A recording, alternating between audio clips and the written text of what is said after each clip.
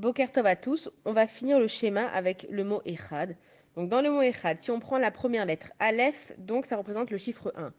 Chet, ça représente le chiffre 8. Et le Dalet représente le chiffre 4. Alors la lettre Aleph, elle se dit assez rapidement parce qu'en fait ça décrit l'unité de Hachem dans ce monde.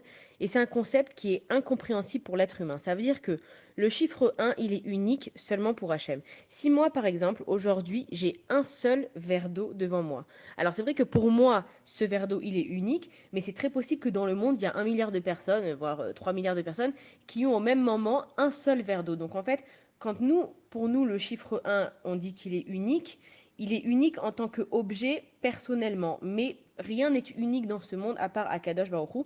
Et comme c'est un concept qui est difficile à comprendre, on ne s'arrête pas dessus. Maintenant, la lettre Chet qui représente le chiffre 8, on dit qu'il y a 7 mondes avant d'arriver à Akadosh Baruch Hu, et que Hachem, il est dans le huitième monde, d'où l'expression des 7 cieux. Et donc on dit Hachem est un dans les 8 cieux. Ensuite, la lettre Dalet, elle représente le chiffre 4, et on pose plus longtemps sur le Dalet pour qu'on intègre bien ce qu'on est en train de dire personnellement pour nous-mêmes. Et le chiffre 4, il va représenter les 4 coins du monde. Donc on dit que Hachem, il est un dans les 8 cieux et aux 4 coins du monde. Et ensuite, on dit aussi écoute Israël, parce qu'en fait, pour le moment, il n'y a que les Juifs qui savent que Hachem, c'est le seul Dieu vivant. On sait qu'il y a beaucoup de Goïms qui font des Avodazara ou qui croient même en rien du tout. Et que jusqu'à la venue du Mashiach, il n'y a que les Juifs qui savent que Hachem, c'est le seul Dieu vivant.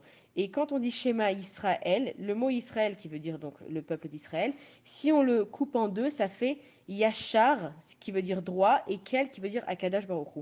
Ça veut dire qu'un juif, c'est quelqu'un qui est droit et avec son prochain, et avec Akadash Baruch Hu, et que quand un juif, il arrive à être droit et avec Hachem et avec son prochain, alors il arrive à conduire, il arrive à avoir une ligne droite avec Akadash Baruch Hu dans laquelle il peut communiquer avec Hachem.